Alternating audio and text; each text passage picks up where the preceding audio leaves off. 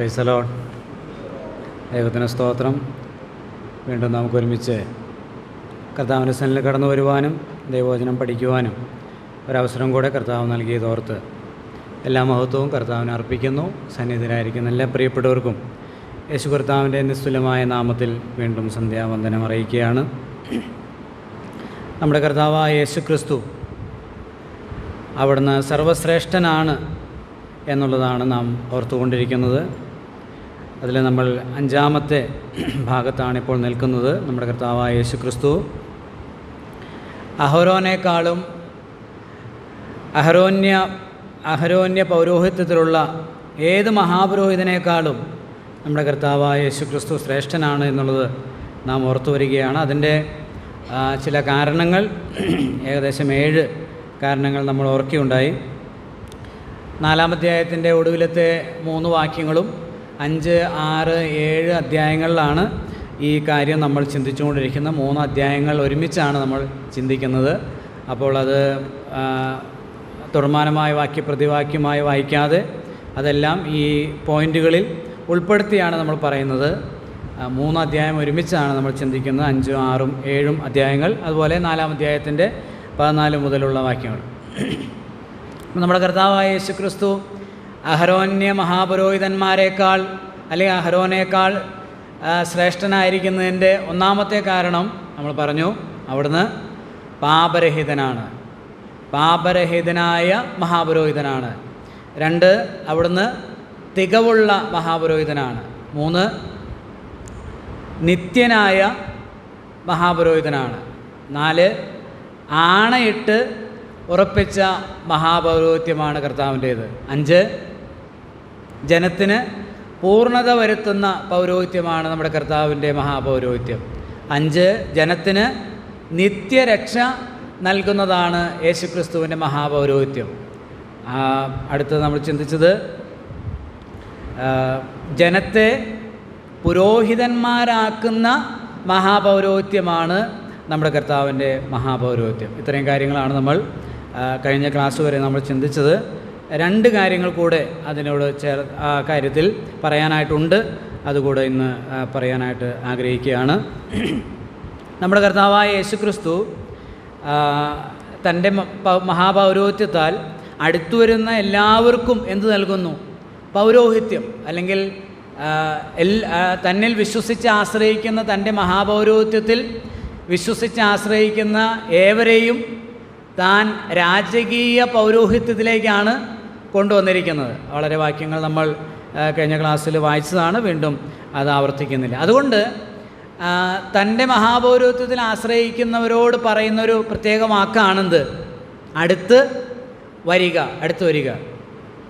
ഈ പഴയ നിയമത്തിൽ ലേവ്യ പൗരോഹിത്യവുമായി ബന്ധപ്പെട്ട് പറയുമ്പോൾ ആവർത്തിച്ച് പറയുന്നൊരു വാക്കാണ് അടുത്ത് വരരുത്. അതായത് പൗരോഹിത്യവുമായി ബന്ധപ്പെട്ട കാര്യങ്ങളിൽ ഞാൻ 2-3 വാക്യങ്ങൾ വേണമെങ്കിൽ നിങ്ങളൊന്ന് കുറിച്ചെടുത്താൽ നന്നായിരിക്കും. പുറപ്പാട് പുസ്തകം 28-ാം അധ്യായം 1-ാം വാക്യം. മോനെ നമുക്ക് സംഖ്യാപുസ്തകം 18-ന്റെ 1 മുതലുള്ള വാക്യങ്ങളൊന്ന് വായിക്കാം. 3 ഭാഗങ്ങൾ ഞാനൊന്ന് പറയാം, കുറിക്കുന്നവരെ കുറിച്ചെടുക്കാം.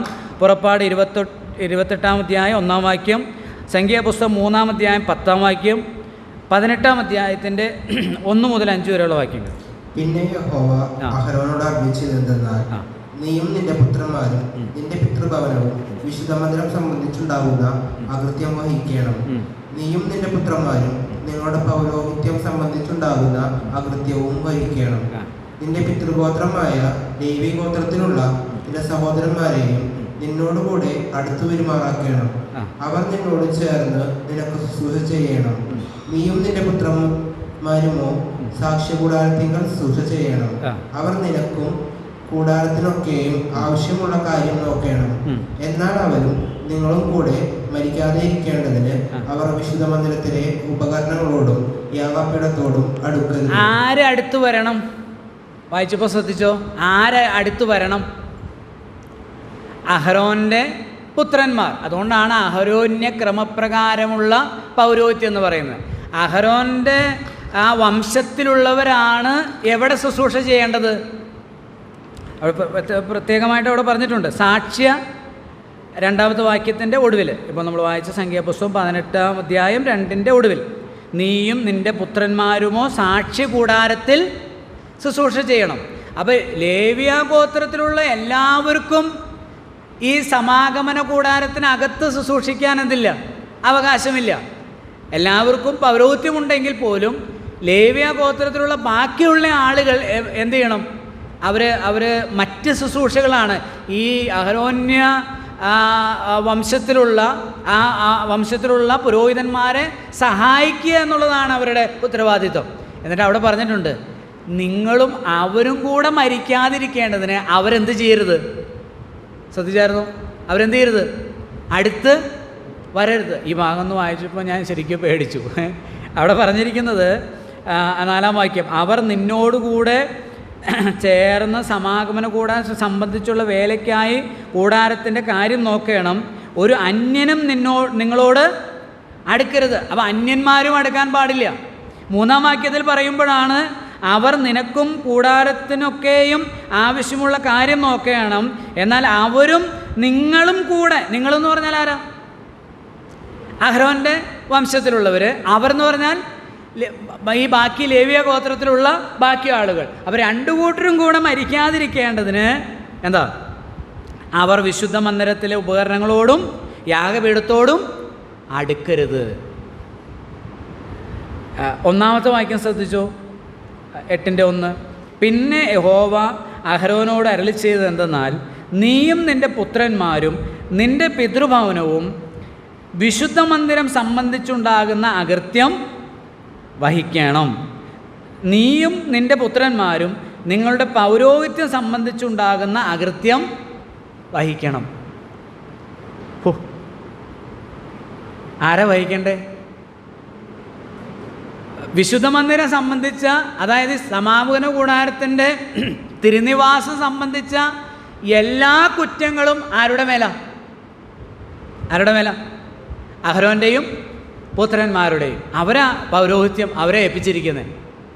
അപ്പോൾ അത് സംബന്ധിച്ച എല്ലാ കൃത്യങ്ങളും അവരുടെ മേലായിരിക്കും. ഇനി പൗരോഹിത്യം സംബന്ധിച്ചും എന്തെങ്കിലും കുറ്റങ്ങളുണ്ടെങ്കിൽ അതും അവരെന്ത് ചെയ്യണം? അപ്പോൾ ഇവിടെ ഈ പൗരോഹിത്യം സംബന്ധിച്ച് നമുക്കറിയാം, 16-17 അധ്യായങ്ങളിൽ ഒരു തർക്കവും പ്രശ്നങ്ങളൊക്കെ ഉണ്ടായല്ലോ. ആരാ? കോരഹ്, ദാദാൻ, അബീരാം മുതലായ ആളുകൾ വന്ന് നിങ്ങൾ മാത്രമാണോ വിശുദ്ധന്മാർ? സഭ മുഴുവനും വിശുദ്ധന്മാരാണ്, ഞങ്ങൾക്കും ഇതൊക്കെ സാധിക്കും. അപ്പോൾ ചില കാര്യങ്ങൾ അവരെ ഏൽപ്പിച്ചത് അവരെ ഏതോ പ്രത്യേകമായൊരു സ്ഥാനത്ത് കൊണ്ടുവന്നു. സ്ഥാനമാണെന്നാണ്. സ്ഥാനം കൂടുന്നതനുസരിച്ച് എന്തുണ്ട്? ശിക്ഷയും ഉണ്ട്. യാക്കോബിൻ്റെ നമ്മൾ വായിക്കുന്നുണ്ടല്ലോ, എന്താ? അധികം ശിക്ഷാവിധി വരാതിരിക്കേണ്ടതിന് നിങ്ങളിൽ അധികം പേർ ഉപദേഷ്ടാക്കന്മാരാകരുത്. എന്തുമാത്രം കാര്യങ്ങൾ ആ കൂടാരത്തോട് അടുത്തടുത്ത് വന്ന് ചെയ്യുന്നുവോ അത്രമാത്രം എന്തുണ്ട്? അപകടമുണ്ട്, സൂക്ഷിക്കണം എന്നുള്ളതാണ്. അതിൽ നിന്ന് എനിക്ക് പറയാനായിട്ടുള്ളത്, നമ്മളെ ആരാക്കിയപ്പോൾ ഇവിടെ നമ്മളാരും മഹാപുരോഹിതന്മാരില്ല. നമ്മുടെ കർത്താവാണ് മഹാപുരോഹിതൻ. നമ്മളെല്ലാവരും ആരാ? കർത്താവിൻ്റെ ആലയത്തിലേക്ക് സഭയുമായി ബന്ധപ്പെട്ട്, സമാഗമന കൂടാരവുമായി ബന്ധപ്പെട്ട് നോക്കുമ്പോൾ നമ്മളെല്ലാവരും ആരാ? പുരോഹിതന്മാരാ. അപ്പോൾ സമാഗമന കൂടാരത്തിലെ ഏതൊരു കാര്യത്തിലും ആരുത്തരം പറയണം? പുരോഹിതന്മാർ. നമ്മളെല്ലാവരും എന്ത് ചെയ്യണം?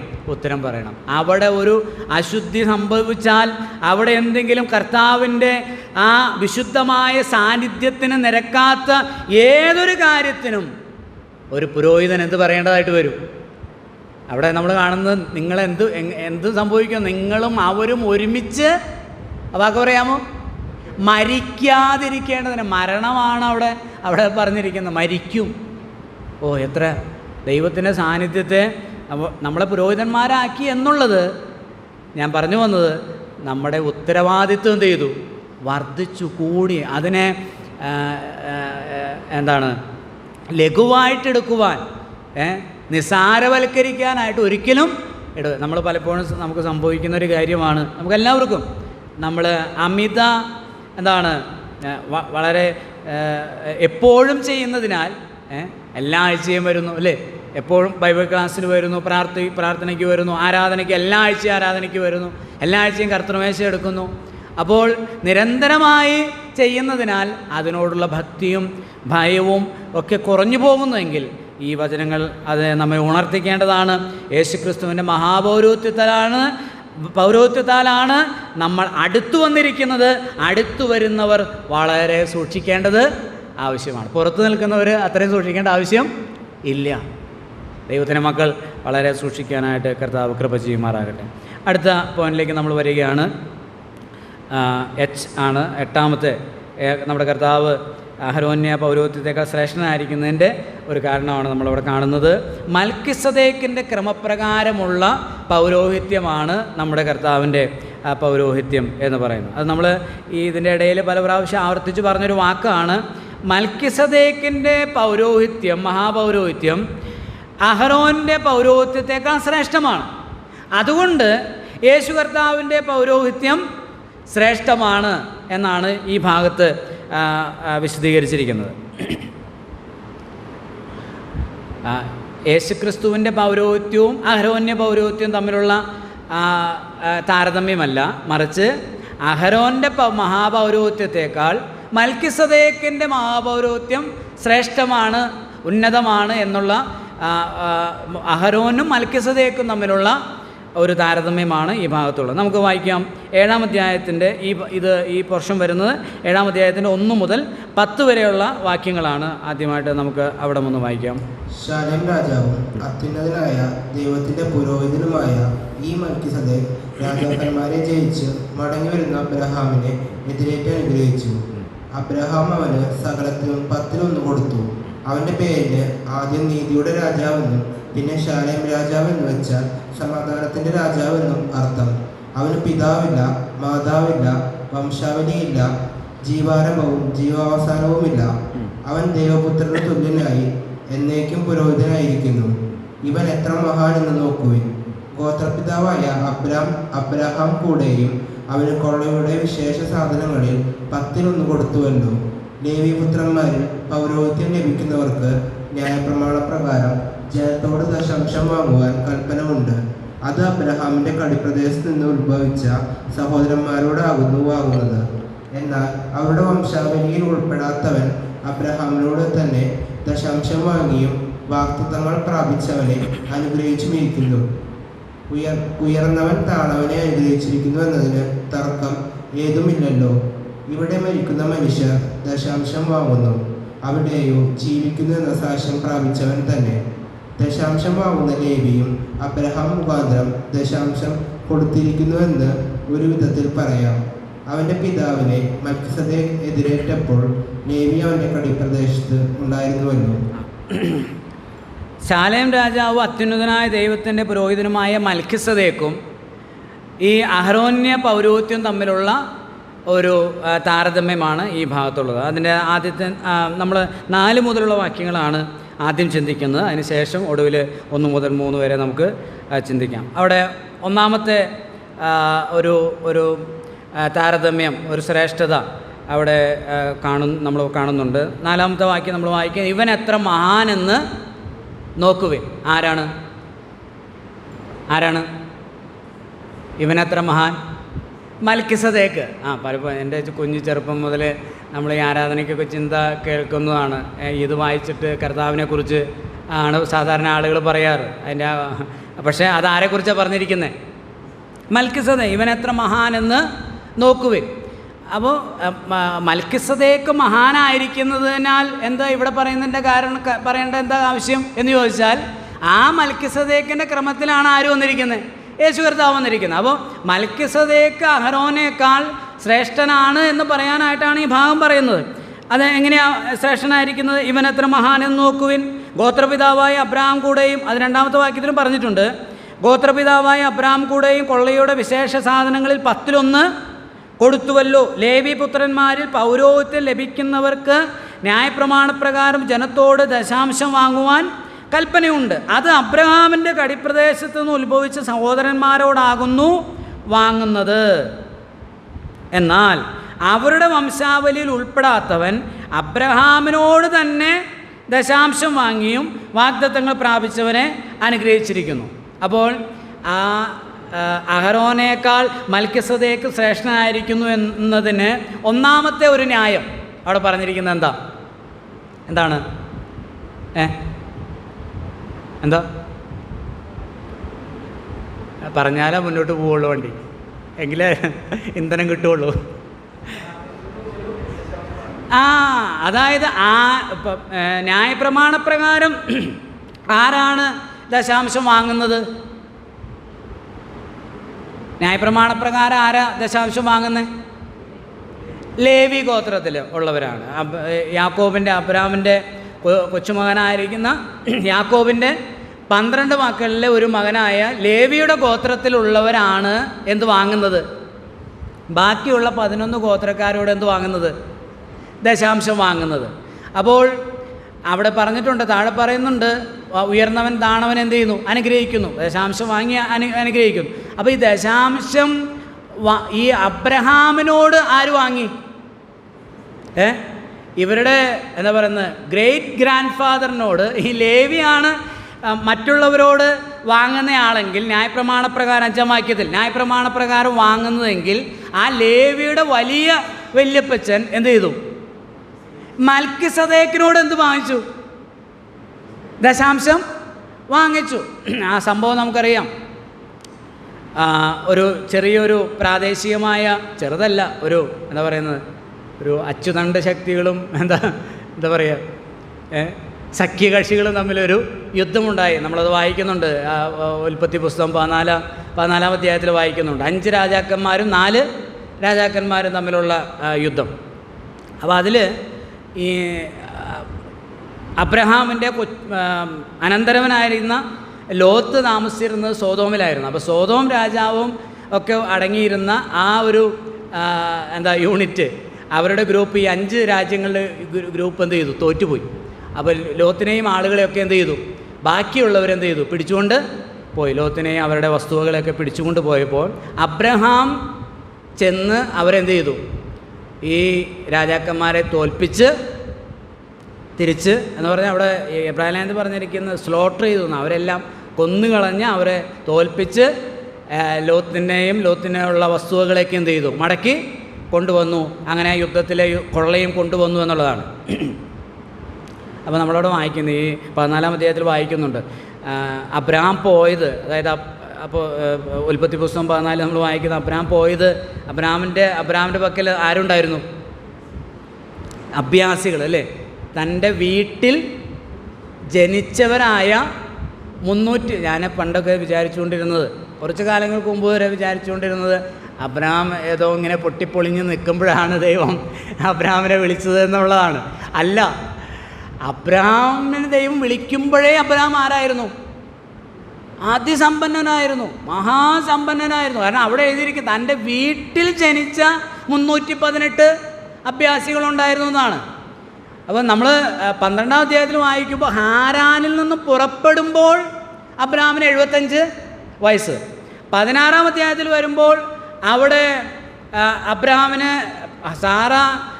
ഹാഗാറിനെ അബ്രഹാമിൻ്റെ അടുക്കിലേക്ക് അയക്കുമ്പോൾ അബ്രഹാമിന് 85 വയസ്സ്. അപ്പോൾ 10 വർഷം ആകുന്നുള്ളൂ. അപ്പോൾ 14-ാം അധ്യായത്തിൽ എങ്ങനെയാണെങ്കിലും ഒരു 80 വയസ്സ് എന്ന് കൂട്ടുക, അതായത് ഹാരാനിൽ നിന്ന് പോന്നിട്ട് ഒരു 5 വർഷം കൂട്ടിയാലും, അപ്പോൾ ഈ വീട്ടിൽ ജനിച്ച അഭ്യാസികൾ എന്ന് പറയുന്നത് എവിടെയുള്ളവരാ? മെസൊപ്പൊത്താമിയയിൽ വെച്ച് ഉള്ളതാണ്. അപ്പോൾ വിശ്വാസിയായ അബ്രഹാമിനോടുകൂടെ അനുഗ്രഹിക്കപ്പെടുന്നു എന്ന് പറയുമ്പോൾ അതൊരിക്കലും സാമ്പത്തികമായ അനുഗ്രഹം അല്ല, ഭൗതികമായ അനുഗ്രഹങ്ങളല്ല. കാരണം അബ്രഹാമിന് ലഭിച്ച അനുഗ്രഹം, അബ്രഹാം ഏത് അനുഗ്രഹത്തിലേക്കാണ് പോയെന്ന് ചോദിച്ചാൽ ഒരിക്കലും സാമ്പത്തികമല്ല. കാരണം അത് ഓൾറെഡി തനിക്ക് ഉണ്ടായിരുന്നു. ദൈവത്തിന് സ്തോത്രം.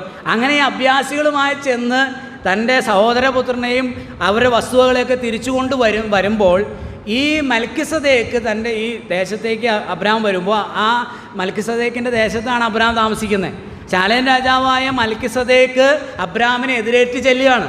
എതിരേറ്റ് ചെല്ലുമ്പോൾ അബ്രഹാം മൽക്കിസദേക്കിന് എന്ത് കൊടുക്കുക? ദശാംശം കൊടുക്കുകയാണ്. അപ്പോൾ അത് പറയുന്നതിൻ്റെ സാരം, അങ്ങനെയാണെങ്കിൽ ഈ അബ്രഹാമിൻ്റെ വലിയ കൊച്ചുമകനായിരിക്കുന്ന ലേവിയാണ് തൻ്റെ സഹോദരന്മാരിൽ നിന്ന് ദശാംശം വാങ്ങുന്നത്. ദശാംശം വാങ്ങുന്ന ഒരു പൗരോഹിത്യമുണ്ടെങ്കിൽ ആ പുരോഹിതൻ, ആ ശ്രേഷ്ഠമായ പൗരോഹിത്യം ആരുടേതാണ്? മൽക്കിസദേക്കിൻ്റെതാണ്. രണ്ടാമത്തെ കാര്യം അവിടെ പറഞ്ഞിരിക്കുന്നത് അതിൻ്റെ 6-ാമത്തെ വാക്യത്തിൽ, എന്നാൽ അവരുടെ വംശാവലിയിൽ 6-ാം വാക്യം, 7-ാം അധ്യായത്തിന് 6-ാം വാക്യം, എന്നാൽ അവരുടെ വംശാവലിയിൽ ഉൾപ്പെടാത്തവൻ അബ്രാമിനോട് തന്നെ ദശാംശം വാങ്ങിയും വാഗ്ദത്തങ്ങൾ പ്രാപിച്ചവനെ അനുഗ്രഹിച്ചുമിരിക്കുന്നു. 7-ാം വാക്യം, ഉയർന്നവൻ താണവനെ അനുഗ്രഹിക്കുന്നു എന്നതിന് തർക്കം ഏതുമില്ലല്ലോ. സ്തോത്രം. അപ്പോൾ മൽക്കിസദേക്ക് അബ്രാമിനോട് ദശാംശം വാങ്ങി. അവിടെ നമ്മൾ വായിക്കുന്നത് അവനെ എന്ത് ചെയ്തു? വാഗ്ദത്തങ്ങൾ പ്രാപിച്ചവനെ അനുഗ്രഹിച്ചു. മൽക്കിസദേക്ക് അബ്രാമിനെ എന്ത് ചെയ്തു? അനുഗ്രഹിച്ചു. ആരെ അനുഗ്രഹിക്കുന്നത്? ഉയർന്നവൻ താണവനെയാണ്. അപ്പോൾ ആരാ വലുത്? ആരാ ശ്രേഷ്ഠൻ? ആരാ മഹാൻ? 4-ാം വാക്യത്തിൽ ഇവനെത്ര മഹാൻ? ആരാ മഹാൻ? മൽക്കിസദേക്കാണ്. അപ്പോൾ നിങ്ങളുടെ വാഗ്ദത്തം ലഭിച്ച നിങ്ങളുടെ പൂർവ്വപിതാവായ അബ്രഹാമിനേക്കാൾ വലിയവനാണ്. അബ്രഹാമിനെ പോലും അനുഗ്രഹിക്കത്തക്ക നിലയിലുള്ള ഒരു അനുഗ്രഹമുള്ള ഒരു പൗരോഹിത്യമുള്ള വ്യക്തിയാണ് ആര്? മൽക്കിസദേക്ക്. അവിടെ പലപ്പോഴും ഈ കൊടുക്കുകയും വാങ്ങുകയും ചെയ്യുന്ന ആളുകൾക്ക് രണ്ടു കൂട്ടർക്കും ചിലപ്പം തെറ്റിദ്ധാരണ ഉണ്ടാവും. കൊടുക്കുന്ന ആളാണോ വലുത്, വാങ്ങുന്ന ആളാണോ വലുത് എന്നുള്ളത്. കർത്താവിൻ്റെ വചനം പറയുന്ന ഒരു കാര്യം കൊടുക്കുന്നതിനുള്ള ബന്ധത്തിലല്ല, നമ്മളെല്ലാവരും അനുഗ്രഹിക്കപ്പെടുവാൻ വിളിക്കപ്പെട്ടവരായതുകൊണ്ട് എന്തായിരിക്കണമെന്നാണ്? അനുഗ്രഹിക്കുന്നവർ ആയിരിക്കണം എന്നുള്ളതാണ്. അപ്പോൾ അനുഗ്രഹിക്കുന്നവരാണ് ആര്? വലിയവർ. അപ്പോൾ തീർച്ചയായിട്ടും അത് നാം ഓർത്തിരിക്കാനായിട്ട് അതിൽ നിന്നൊരു പ്രായോഗികമായ ചിന്തയാണ്.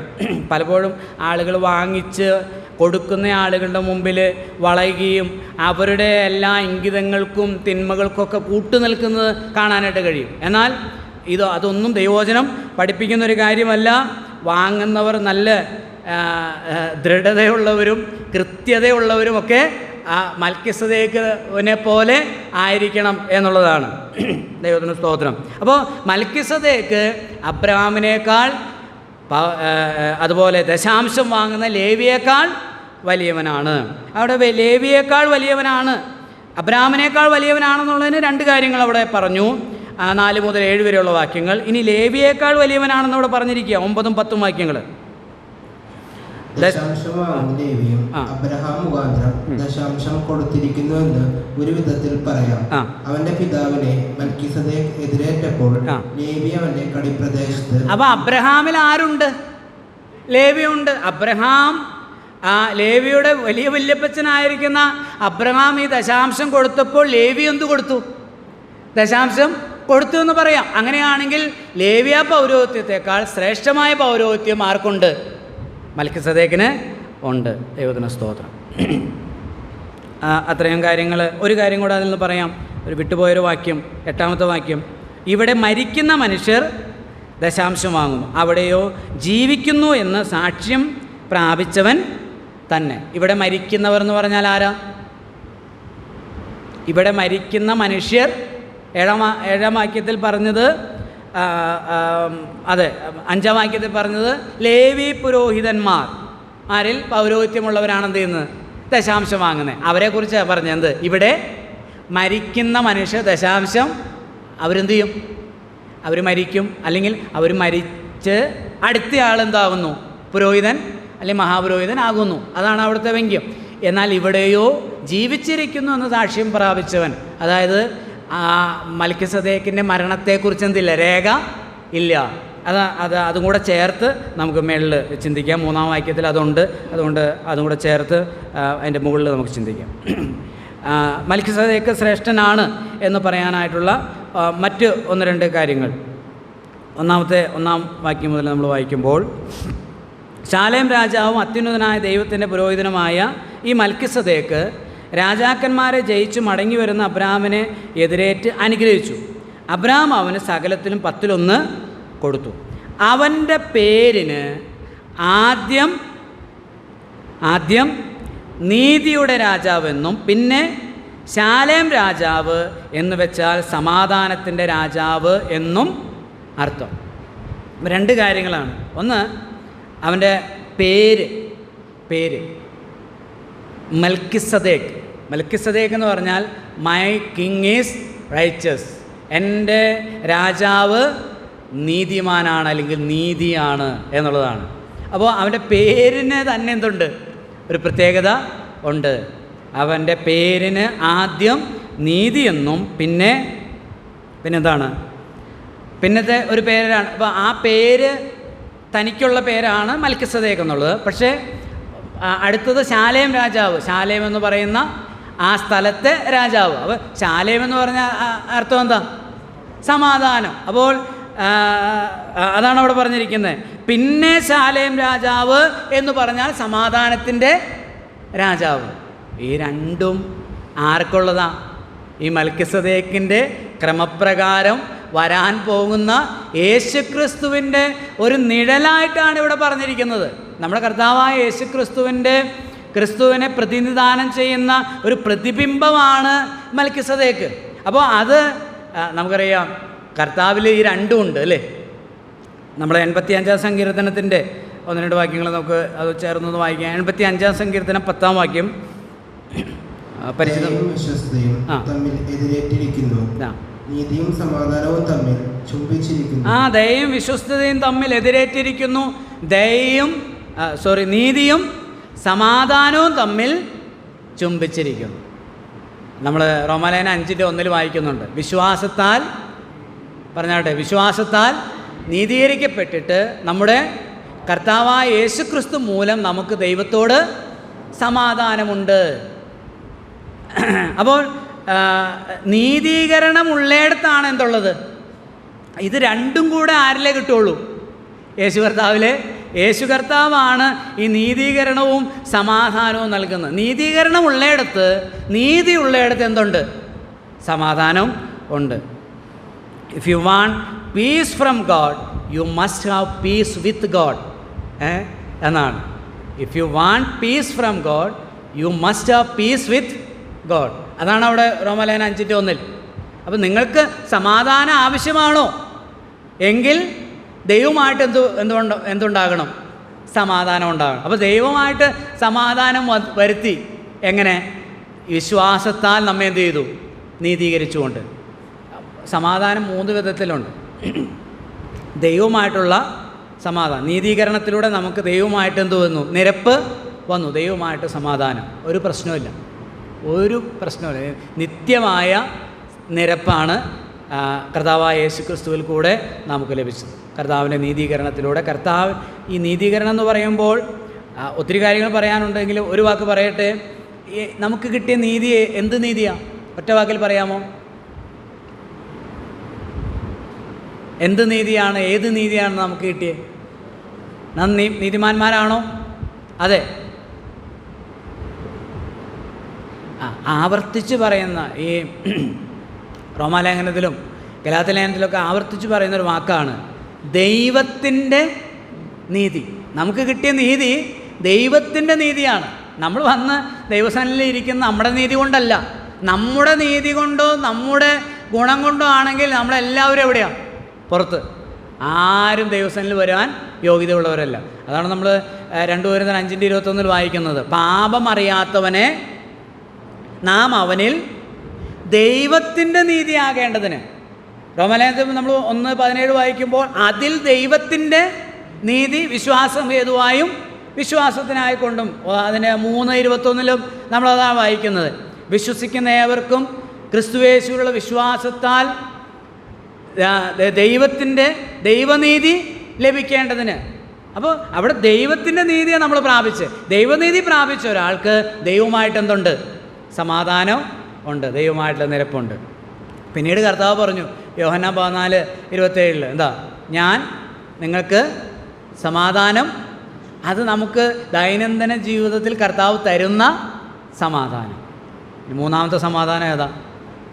നമ്മൾ ഉണ്ടാക്കുന്ന സമാധാനം. കർത്താവ് പറഞ്ഞു സമാധാനം ഉണ്ടാക്കുന്നവർ ഭാഗ്യവാന്മാർ, അവർ ദൈവത്തിൻ്റെ പുത്രന്മാരെന്ന് വിളിക്കപ്പെടും. അപ്പം നീതിയുള്ളവർക്ക് എന്തുണ്ട്? ചുരുക്കി പറഞ്ഞാൽ നീതിയുള്ളവർക്ക് ഈ മഹാപുരോഹിതനായ നമ്മുടെ കർത്താവായ യേശുക്രിസ്തുവിൽ നിന്ന് നീതീകരണം പ്രാപിച്ച് ആ നീതിയിൽ ജീവിക്കുന്നവർക്ക് എന്തുണ്ട്? സമാധാനം വേണമെങ്കിൽ എന്ത് വേണം? നീതി വേണം. നീതിയില്ലാത്തയിടത്ത് എന്തില്ല? സമാധാനം. സ്വാഭാവികമായിട്ട് സമാധാനം നഷ്ടപ്പെടും. നമ്മൾ കർത്താവ് ഒരു രാജ്യം സ്ഥാപിച്ചിട്ടുണ്ടല്ലോ, അല്ലേ? ദൈവരാജ്യം. ആ ദൈവരാജ്യത്തിൻ്റെ പ്രത്യേകത എന്താ? റോമർ 14:17 എന്താ? ദൈവരാജ്യം എന്തല്ല? ദൈവരാജ്യം ഭക്ഷണവും പാനീയവുമല്ല, നീതിയും. കണ്ടോ? നീതിയും പറഞ്ഞാട്ടെ, നീതിയും സമാധാനവും. നീതിയും സമാധാനവും പരിശുദ്ധാത്മാവിൽ.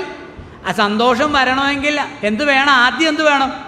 ഈ ദൈവരാജ്യത്തിൻ്റെ പ്രത്യേകത നീതിയും സമാധാനവും പരിശുദ്ധാത്മാവിൽ സന്തോഷവുമാണ്. അത് നമുക്ക് ദൈവം നമ്മെ സഹായിക്കട്ടെ. നമ്മുടെ ജീവിതത്തിൻ്റെ സമസ്ത മേഖലകളിലും ഈ നീതിയോടുകൂടെ കഥാവ് പറഞ്ഞൊരു കാര്യമാണ്, നീതിയോടെ വിധിപ്പിൻ. ഒരു രാജാവ് എന്ത് ചെയ്യും?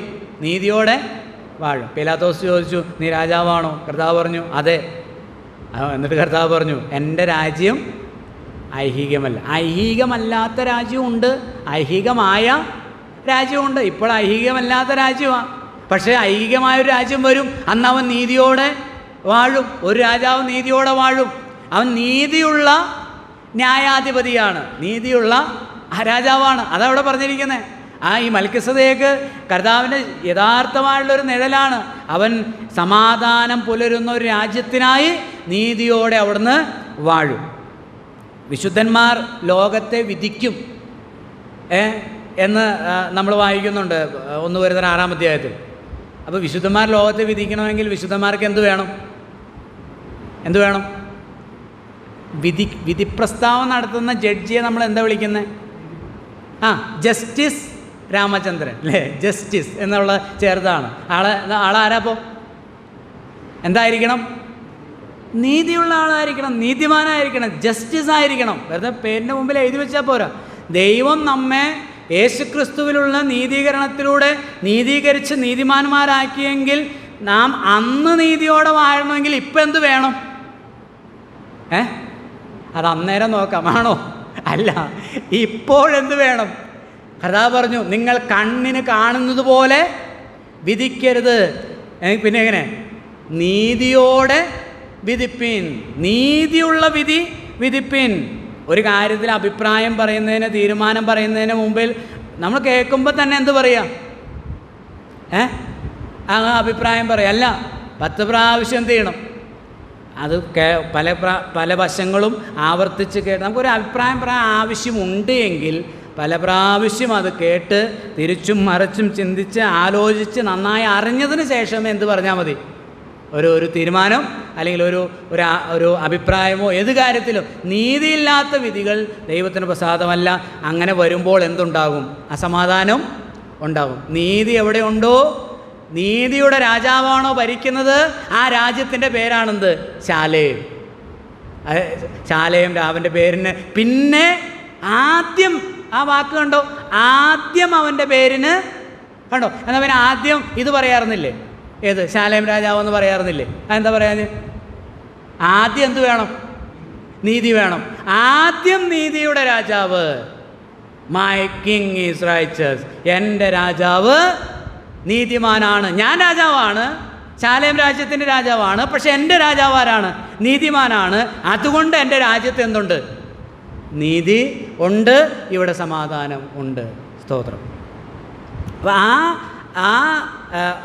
അതുകൊണ്ട് ഈ അഹരോന്യ മഹാപുരോഹിതന്മാർക്ക് ഇത് അവകാശപ്പെടാൻ, ഇങ്ങനെ ഒരു പേര് അവകാശപ്പെടാനോ ഇങ്ങനെ ഒരു പദവി അവകാശപ്പെടാനോ ഇല്ല. എന്നാൽ മൽക്കിസദേക്കിന് അതുണ്ട്. മൽക്കിസദേക്കിന് ക്രമപ്രകാരം വരുന്ന നമ്മുടെ മഹാപുരോഹിതനും അതുണ്ട്.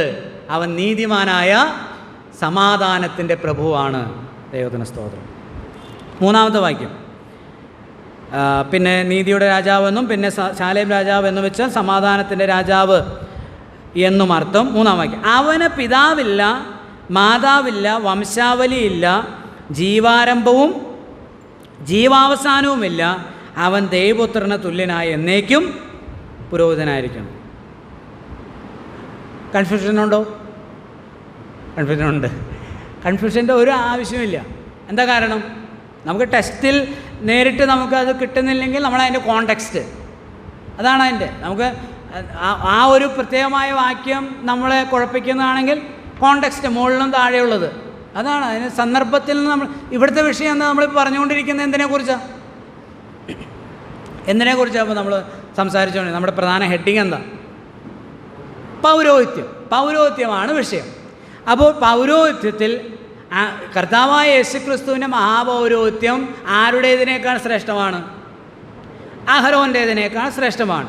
അഹരോന്യ ക്രമപ്രകാരം ഒരാൾ പുരോഹിതനാകണമെങ്കിൽ ഉള്ള യോഗ്യത എന്താണ്? യോഗ്യത?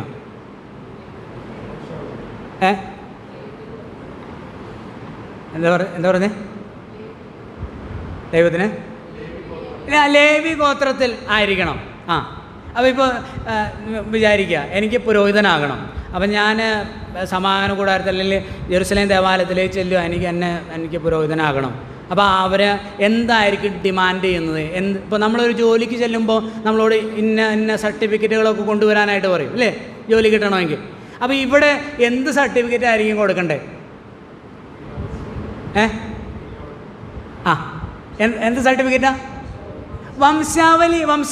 അപ്പോൾ വംശാവലി സർട്ടിഫിക്കറ്റിൽ എന്തൊക്കെ വേണം? ഒന്ന് ചിന്തിച്ച്, എന്തൊക്കെ വേണം? ഇപ്പോൾ ഇവിടെ പറഞ്ഞ കാര്യം 3-ാം വാക്യം നോക്കി. മാതാവ്, പിതാവ്, എന്ന് ജനിച്ചു, ജീവാരംഭം അല്ലേ, വംശാവലി, ഇതെല്ലാം വേണ്ടയോ? അഹരോൻ്റെ ക്രമപ്രകാരമുള്ള ഏതു പുരോഹിതനും അവനിപ്പോൾ അല്ല, ഞങ്ങൾക്കറിയാം, ചേട്ടനറിയാം, ആള് നമ്മുടെ ഇന്നടത്ത് തന്നെ, ഇത് പറ്റില്ല അല്ലേ. അവന് ഏത് ഗോത്രത്തിലാണ് ജനിച്ചത്? ഈ അഹരോൻ്റെ ക്രമത്തിൽ ആണോ, വംശാവലിയിലാണോ ജനിച്ചത്? ആരുടെ മകനാണ്? ഇവൻ്റെ അപ്പനാരാണ്, അമ്മയാരാണ്, എന്നാണ് ജനിച്ചത്, ജീവാരംഭം, എല്ലാ കാര്യവും വേണം. പിന്നെ ആൾ മരിച്ചു കഴിയുമ്പോൾ അതും കൂടെ അവിടെ എന്ത് ചെയ്യണം? ജീവാവസാനം കൂടെ എഴുതി ചേർക്കണം. എന്താ കാരണം? ഈ ആൾ മരിച്ച ഒന്ന് സ്ഥിരീകരിക്കുമ്പോഴാണ്, അതും കൂടെ ഉള്ളപ്പോഴാണ് അടുത്ത ആളെന്താകുന്നത്? പുരോഹിതനാകുന്നത്. അപ്പോൾ ഇങ്ങനെ അത് നമ്മൾ ആദ്യം മനസ്സിലാക്കേണ്ടത്, ഇവിടെ പറഞ്ഞിരിക്കുന്നത് മൽക്കിസദേക്കും യേശുക്രിസ്തുവും തമ്മിലുള്ള ആ ഒരു താരതമ്യമല്ല. മൽക്കിസദേക്കിനെ കുറിച്ച് ഉൽപ്പത്തി പുസ്തകം 14-ന്റെ 17, 18, 19, 20 വാക്യങ്ങളിൽ പറഞ്ഞിരിക്കുന്ന മൽക്കിസദേക്ക്, അവിടെ മൽക്കിസദേക്കിനെ കുറിച്ച് ആകെ 3 ഭാഗത്തേ ഉള്ളൂ. ഒന്ന് ഉൽപ്പത്തി 14-ന്റെ 18 മുതൽ 20 വരെയും, 2 സങ്കീർത്തനം 110-ന്റെ 4-ലും, പിന്നെ നമ്മളിപ്പോൾ വായിച്ചുകൊണ്ടിരിക്കുന്ന എബ്രായ ലേഖനത്തിലും മാത്രമേ ഉള്ളൂ. അപ്പോൾ ഉൽപ്പത്തി പുസ്തകത്തിൽ പറയുന്നിടത്ത് ഈ പറയുന്ന ഒരു കാര്യവും ഇല്ല. എന്തില്ല? അവനെക്കുറിച്ച് പുരോഹിതനാണെന്ന് പറഞ്ഞിട്ടുണ്ട്, പക്ഷെ പുരോഹിതനാകാൻ വേണ്ടുന്ന ഒരു കാര്യം അവിടെ പറഞ്ഞിട്ടില്ല. രേഖ ഇല്ല. അപ്പോൾ ആ പോർട്രേറ്റിൽ, ആ ആലേഖ്യത്തിൽ അദ്ദേഹത്തെക്കുറിച്ച് പറഞ്ഞിരിക്കുന്ന വിവരണത്തിൽ അതില്ല. അതിൻ്റെ ആവശ്യം അതിൻ്റെ ആവശ്യം ഇല്ല. എന്തുകൊണ്ടില്ല? അതാർക്കേ ആവശ്യമുള്ളൂ? അഹരോൻ്റെ ക്രമത്തിലുള്ളവർക്കേ ആവശ്യമുള്ളൂ. ആ മൽക്കിസദേക്കിന് അതിൻ്റെ ആവശ്യം ഇല്ല. അതിൻ്റെ അർത്ഥം അദ്ദേഹം സ്വർഗത്തിൽ നിന്ന് താഴേക്ക് ഇട്ടതാണെന്നോ ആണോ? മാതാപിതാക്കന്മാരില്ലാതെ ജനിച്ചതാണെന്നോ അല്ല. ഇവിടുത്തെ സബ്ജക്റ്റ്, നമ്മൾ കോണ്ടെക്സ്റ്റ് എന്താണ്? പൗരോഹിത്യപ്രകാരം ഒരാൾക്ക് പുരോഹിതനാകണമെങ്കിൽ, അഹരോന്യ ക്രമപ്രകാരം ആകണമെങ്കിൽ തീർച്ചയായിട്ടും ഇതെല്ലാം, ഈ സർട്ടിഫിക്കറ്റ് കൊണ്ട് വന്നാലേ അവനാകാൻ കഴിയുള്ളൂ. എന്നാൽ മൽക്കിസദേക്കിന് ഇതിൻ്റെ ആവശ്യം ഇല്ല. ഇനി അത് മനസ്സിലാക്കാനായിട്ട് ഒരു ഭാഗം കൂടെ നമുക്ക് വായിക്കാം. അതായത് 7-ാമത്തെ അധ്യായം തന്നെ 11 മുതൽ 14 വരെയുള്ള വാക്യങ്ങൾ ഒന്ന് വായിക്കാം. ലേവ്യ പൗരോഹിത്യത്താൽ സമ്പൂർണത വന്നെങ്കിൽ അതിൻ കീഴല്ലോ ജനം ന്യായപ്രമാണം പ്രാപിച്ചത്. അഹരോന്റെ ക്രമപ്രകാരം എന്ന് പറയാതെ മൽക്കിസദേക്കിന്റെ ക്രമപ്രകാരം വേറൊരു പുരോഹിതൻ വരുവാൻ എന്തൊരാവശ്യം? പൗരോഹിത്യം മാറിപ്പോകുന്ന പക്ഷം ന്യായപ്രമാണത്തിനും കൂടെ മാറ്റം വരുവാൻ ആവശ്യം. എന്നാൽ ഇത് ആരെക്കുറിച്ച് പറഞ്ഞിരിക്കുന്നുവോ അവൻ വേറൊരു ഗോത്രത്തിൽ ഉള്ളവൻ. ആ ഗോത്രത്തിൽ ആരും യാഗപീഠത്തിങ്കൽ ശുശ്രൂഷ ചെയ്തിട്ടില്ല. ഞാൻ ഒരു കാര്യം പറയട്ടെ. ഈ പഴയ നിയമത്തിൽ, അതായത് ഉൽപ്പത്തി 14 മൽക്കിസദേക്കിനെ കുറിച്ച് പറഞ്ഞെടുത്ത് മൽക്കിസദേക്കിൻ്റെ വംശാവലി കൊടുത്തിരുന്നെങ്കിൽ എന്താ വല്ല കുഴപ്പമുണ്ടോ? മാതാവ്, പിതാവ്, ജീവാരംഭം, മരണം, അങ്ങനെയുള്ള കാര്യങ്ങളെക്കുറിച്ചൊരു ഡിസ്ക്രിപ്ഷൻ കൊടുത്താൽ എന്തെങ്കിലും കുഴപ്പമുണ്ടോ? ഉണ്ടോ? നിങ്ങളെന്ത് ചിന്തിക്കുന്നു? കുഴപ്പമുണ്ട്.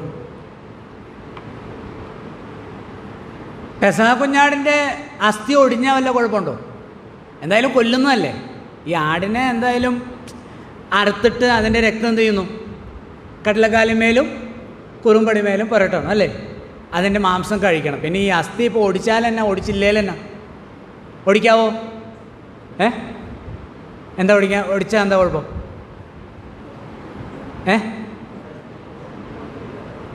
അല്ല, ഒടിച്ചാൽ എന്താ പ്രശ്നം? പറഞ്ഞു. ഈ പെസഹ കുഞ്ഞാട് ആരുടെ നിഴലാ?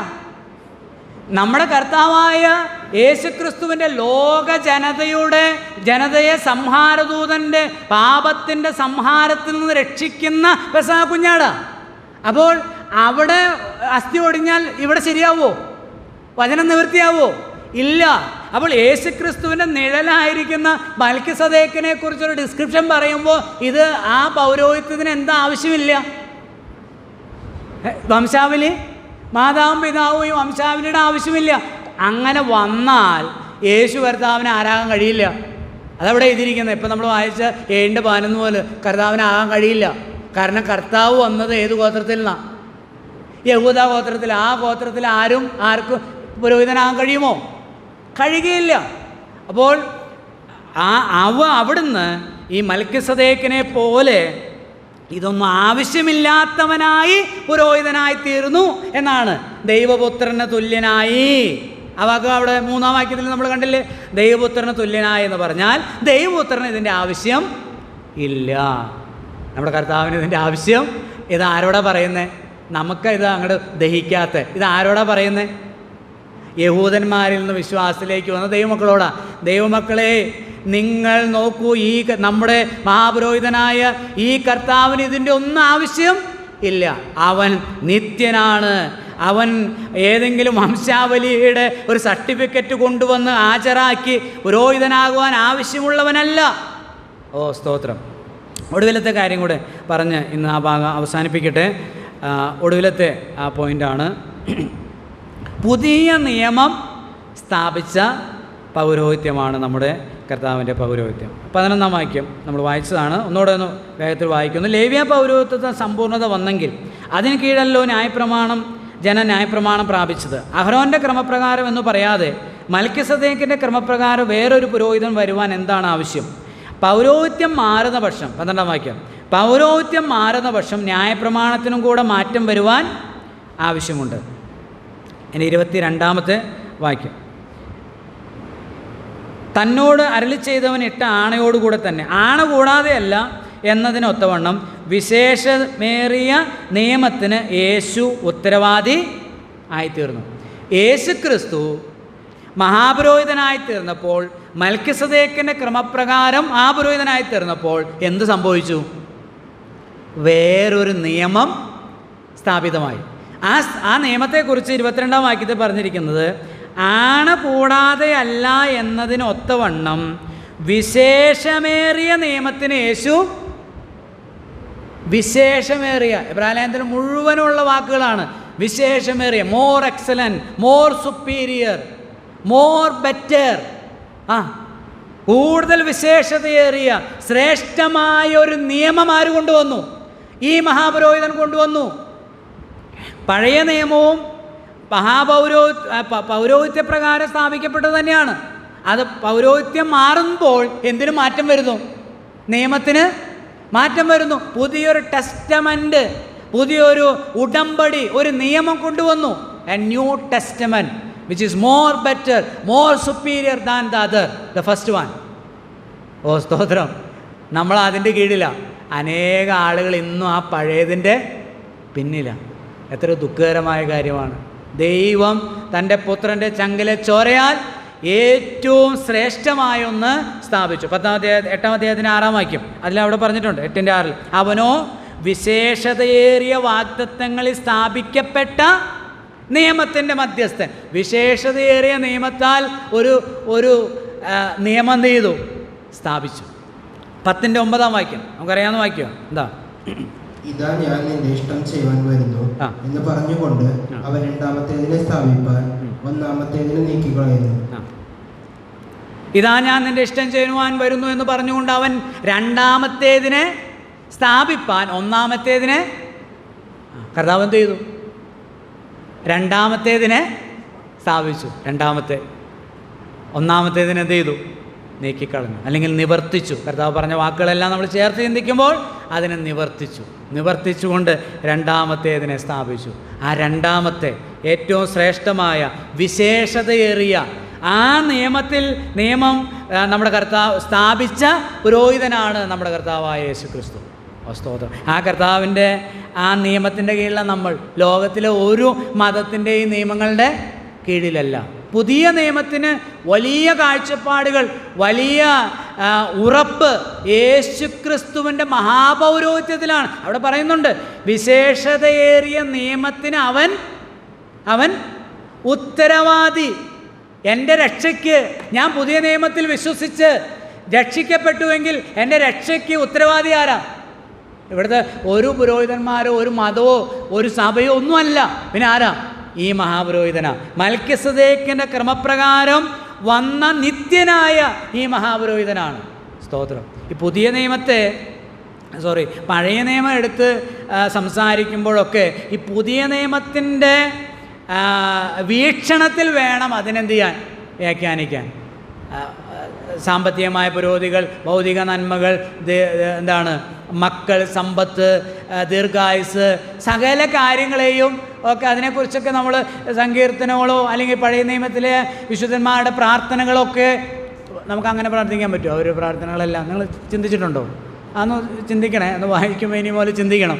അപ്പോൾ അതിനെയൊക്കെ എന്ത് വരുത്തി? അവൻ രണ്ടാമത്തേതിനെ സ്ഥാപിപ്പാൻ ഒന്നാമത്തേതിനെ നീക്കിക്കളഞ്ഞു. വിശേഷതയേറിയ നിയമം സ്ഥാപിച്ചു. ആ നിയമത്തിലാണ് നമ്മളുള്ളത്. ഒരു ബൈൻഡിങ്, ഒരു ടെസ്റ്റമെൻ്റ് ഉണ്ട്. ആ ബൈൻഡിങ്ങിൽ നമ്മളെന്ത് ചെയ്തു? പെടുത്തി ഇതിനകത്ത് കൊണ്ടുവന്നു. സ്തോത്രം. അതുകൊണ്ട് നമ്മളിന്ന് പ്രാർത്ഥിക്കുമ്പോൾ നമുക്ക് അടുത്ത് ചെന്ന് എന്ത് ചെയ്യാൻ പറ്റും? പറയാൻ കഴിയും. ഒരപ്പനോട് നിങ്ങൾ പിന്നെയും ഭയപ്പെടേണ്ടതിന് ദാസ്യത്തിൻ്റെ ആത്മാവിനെയല്ല അബ്ബാ പിതാവേ എന്ന് വിളിക്കുന്ന പുത്രത്വത്തിൻ്റെ ആത്മാവിനെ പ്രാപിച്ചിരിക്കുകയാണ്. അടുത്ത് ചെല്ലാം. മകൾ അപ്പൻ്റെ അടുക്കൽ ചെല്ലുന്ന പോലെ ഈ മഹാപുരോഹിതൻ്റെ അടുക്കൽ ചെല്ലാം. കൃപാസനത്തിൽ അടുത്ത് ചെല്ലാൻ നമുക്ക് സാധിക്കും. അടുത്ത ആഴ്ചയിൽ 6-ാം അധ്യായത്തിൻ്റെ 1 മുതൽ 10 വരെയുള്ള വാക്യങ്ങൾ നമ്മൾ ചിന്തിക്കുകയാണ്. വായിച്ച് കടന്നു വരിക. ദൈവം നാം എല്ലാവരെയും അനുഗ്രഹിക്കുമാറാകട്ടെ.